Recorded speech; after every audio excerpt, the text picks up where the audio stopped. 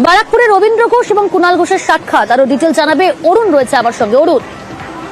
হ্যাঁ দেখো, কুণাল ঘোষ কিন্তু আজকে রবীন্দ্র ঘোষের বাড়িতে তিনি আসেন এবং রবীন্দ্রনাথ ঘোষ তিনি কিন্তু ফোন করেছিলেন যে তিনি মুখ্যমন্ত্রীর সঙ্গে একটু কথা বলতে চান।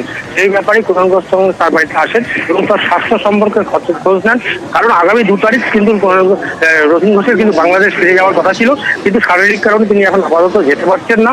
সেই বিষয়ে তিনি খোঁজ খবর নেন এবং তার কিছু আর্জি আছে যে বাংলাদেশে যে সংখ্যালঘুদের উপরে যে অত্যাচার করছে সেই বিষয়ে তিনি মুখ্যমন্ত্রীর সঙ্গে কথা বলতে চান, এমনটাই জানান কুণাল ঘোষকে। কুণাল ঘোষ বলেছেন আমি বিষয়টা দেখছি এবং বিষয়টা জানানো হবে, তারপর তিনি কখন দেখা করবেন বা কিভাবে দেখা করবেন সেটা পরবর্তী ক্ষেত্রে বিচার করা হবে। কিন্তু এই ঘটনায় আজকে কুণাল ঘোষ কিন্তু পরিষ্কার করলেন যে এটা সম্পূর্ণ কেন্দ্রের ব্যাপার, তিনি কিভাবে করা যাবেন, কিভাবে আইনগত ব্যবস্থাগুলো তিনি নেবেন, সম্পূর্ণ কেন্দ্রীয় সরকার এটা দেখছে এবং কিছু যে এই অত্যাচারটা হচ্ছে সেই ব্যাপারে তারা কিন্তু পক্ষপাতিত্ব করেন না বা তারা এসব প্রশ্রয় দেন না, কিন্তু সেটাই তারা করতে পারে। বাকি কিন্তু সমস্তটাই কেন্দ্রীয় সরকারের উপর তিনি ছেড়ে দিলেন কুণাল ঘোষ।